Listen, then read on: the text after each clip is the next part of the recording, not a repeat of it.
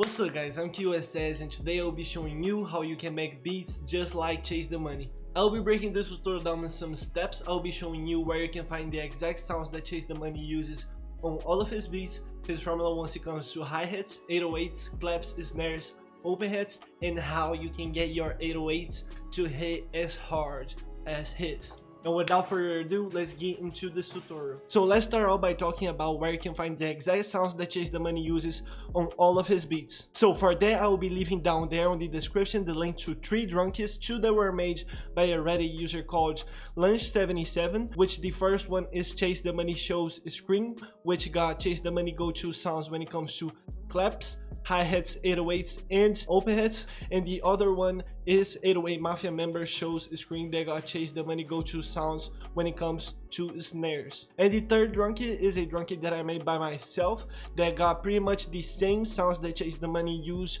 on the examples that I will be showing throughout this tutorial. So make sure you guys go cop all of the drum kits on the description, and that's pretty much it for the sound selections. So now for his formula once it comes to claps, open hats, and snares. So we're starting off with his claps and snares. So what Chase the Money would often do is that with the sound that he used on the position of the claps, those positions here, he tends to use that same exact sound to add more bounce to his beats, like this. So what most producers would do is that they would use the claps on only those positions and then add another sound like a snare or percussion to add more bounce and variation to their beats. So their patterns would always look something like this. But Chase the Money never does this. One thing that Chase the Money always does is that with the same sound that he used on the position of the claps, he tends to use the same exact sound to add more bounce to his beats. So if you didn't really understand, I will be showing some examples throughout this tutorial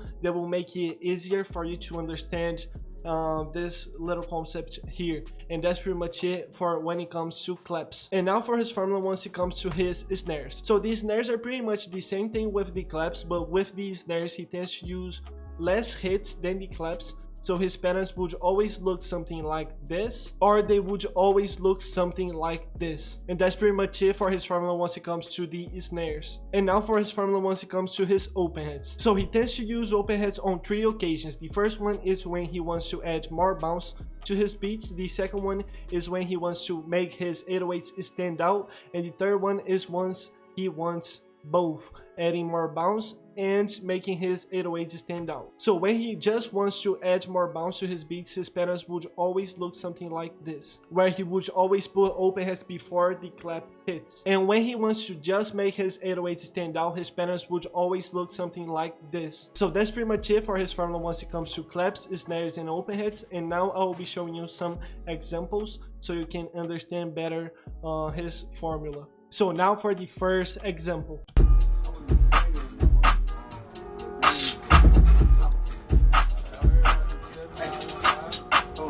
So this was a beat that Chase the Money made on live, and the clap patterns that he did on this beat represent perfectly what I'm trying to show to you. So he used the same sound that he used on the position of the claps to add more bounce to his beats.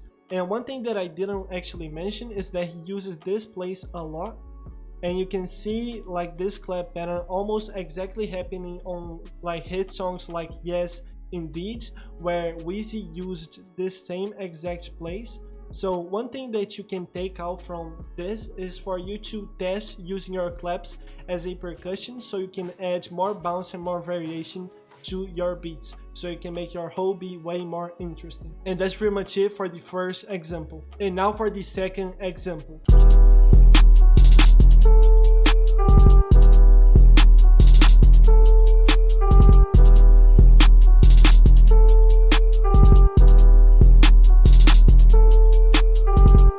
So he did his snare pattern just like I said, with the same sound that he used on the position of the claps, that being a snare, clap, or even a percussion. He tends to use the same exact sound to add more bounce to his beats. And the open hat pattern, he tried to make his 808 stand out. That's why he always would copy the first 2 or first 3 hits of his 808 patterns, just like he did here, as you can hear.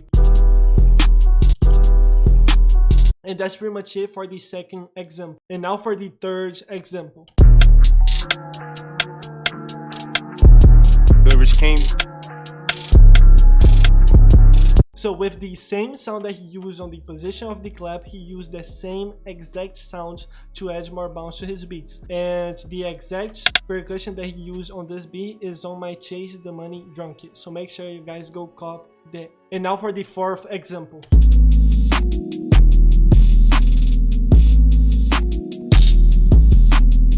So the exact open head that he used on this beat is on my Chase the Money drum kit too. And for the open head pattern, his whole goal was to add more bounce to his beats. And when it comes to his snare pattern, you can see that he didn't actually use the snare so he can add more bounce to his beats, because he was already adding more bounce with his open heads. And that's pretty much it for the fourth example. And now for the last example. Damn. Yeah. Come on, man. You know, come. So I will just play it once because the guy is rapping all over the beat. But the same open head that he used on this example is on the Chase the Money drum kit too. And again, his whole goal with this open head pattern was to both add more bounce to his beats and to make his 808 stand out more. When he wants to add more bounce to his beats, he would always use positions like this right before the clap hits.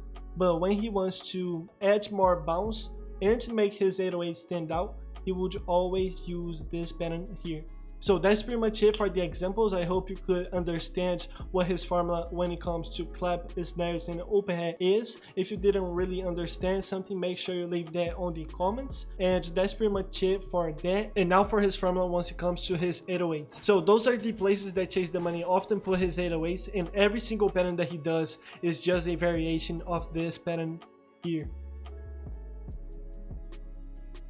And now I got like 20 808 patterns that Chase the Money did, and I will be showing like 3 or 4 examples so you know how to manipulate this pattern just like Chase the Money. So the first example, you can see that he just didn't use the second hit and the third hit. On the second example, you can see that he just didn't use the third, not the third, but the fifth hit and the last hit of this pattern. For the third example, you can see that he just didn't use this hit and those hits. He changed this position from this to this, and actually the last hit he just put it a little bit more to the right. So what you guys can take away from how to manipulate this pattern: most of the times that Chase the Money is manipulating this pattern, he just takes some hits out of this pattern, or he would just take out some hits and apply subtle differences, like he would just put the last hit a little bit more to the right, or he would just put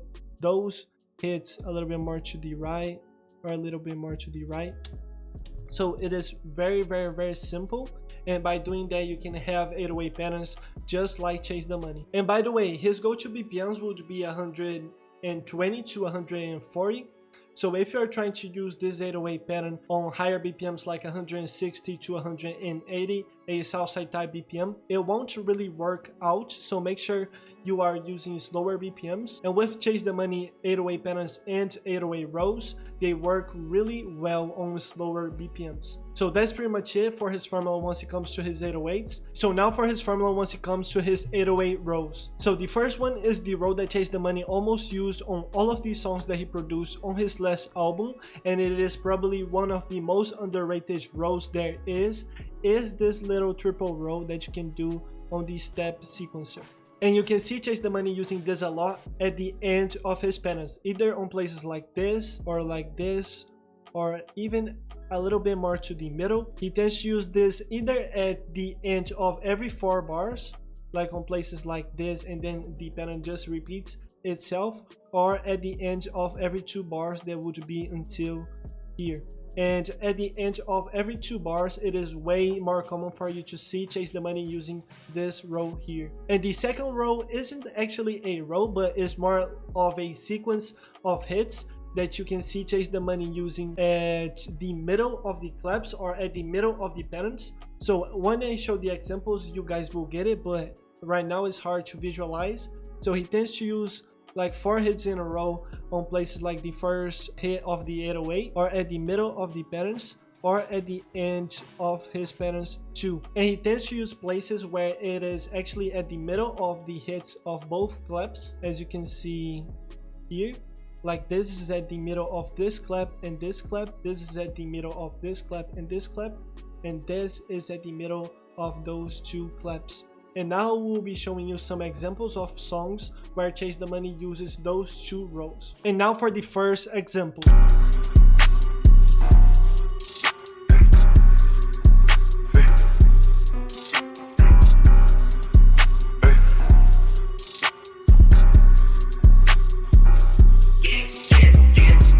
So he did this pattern just like I said he often does. He added this little triple roll at the edge of every 2 bars, and he just changed it a little bit at the end of the 8th bar. And he changed the pitch on this little triple roll so it could be way more interesting. And now for the second example.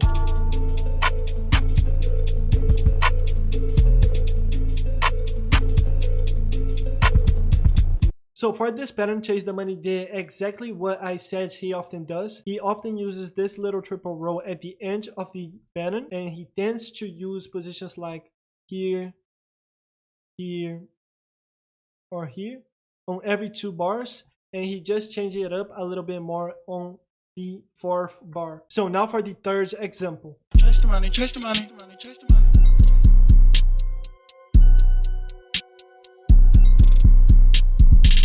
So he did it again like the triple roll. He just adds at the end of his patterns so he can make his patterns way more interesting. And the place in which he put this little triple roll is a little bit unusual, but it's very good too. So make sure you guys experiment using this position here. And about the sequence of hits, instead of using 4 hits in a row, he used 5, but he did it just like I said he often does. He uses those sequence of hits at the middle of the claps. And now for the 4th example. Chase the money, chase the money, chase the money.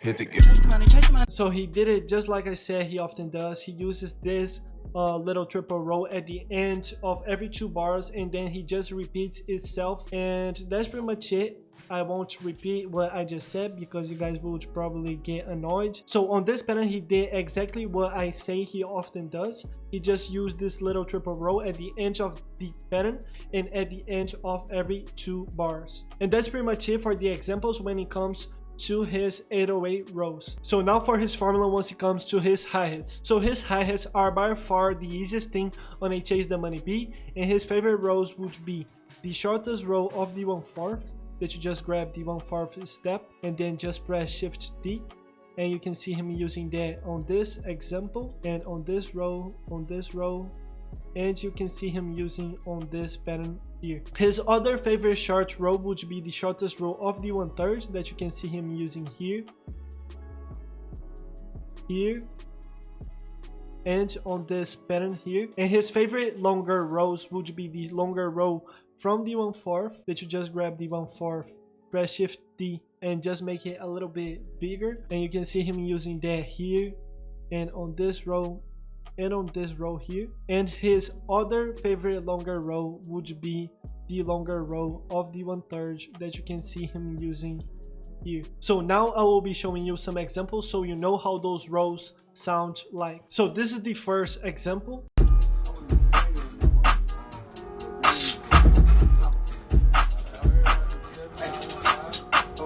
And you can see that on this pattern he used the shortest row of the 1/3 and the longer row of the 1/3. And one thing that I forgot to say is that Chase the Money never switches between different type of grids when he is making just one hi-hat pattern. So he would always stick to either the 1/3 or the 1/4 to the whole hi-hat pattern. And now for the second example.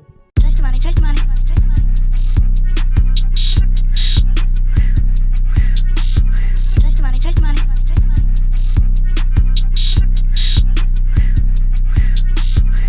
So you can hear that he actually used the shortest row of the 1/4 on all of the rows that he used on here. So what you can take away from this, make sure you are using the shortest rows from the 1/3 and the 1/4 depending on the grid that you choose to use on your hi-hat pattern. It's not really complicated, just follow your ears, and when you're trying to make longer rows, make sure you just use the longer row of the grid that you chose and never switch between different type of grids in just one hi-hat pattern. And that's pretty much it for when it comes to his hi-hats. And finally, for how you can get your 808s to hit as hard as his. So it is pretty simple because Chasethemoney doesn't use the legacy effects as you can see on this picture. So make sure you just add more volume to your 808 using this tab here and this knob, and just change the volume using this knob here.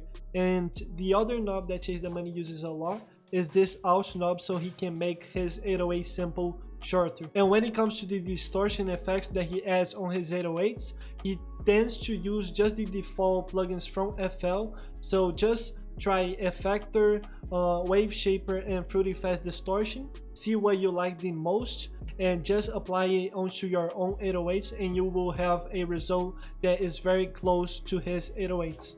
And that's pretty much it for how you can get your 808s to hit as hard as his. So thank you so much for watching this tutorial. I hope you could learn something from it, and if you did, make sure you leave a like and leave down in the comments some ideas for next videos or some feedback being that good or bad, so I can keep improving on my own tutorials. And that's pretty much it. Thank you so much for watching again, and I will see you on the next tutorial.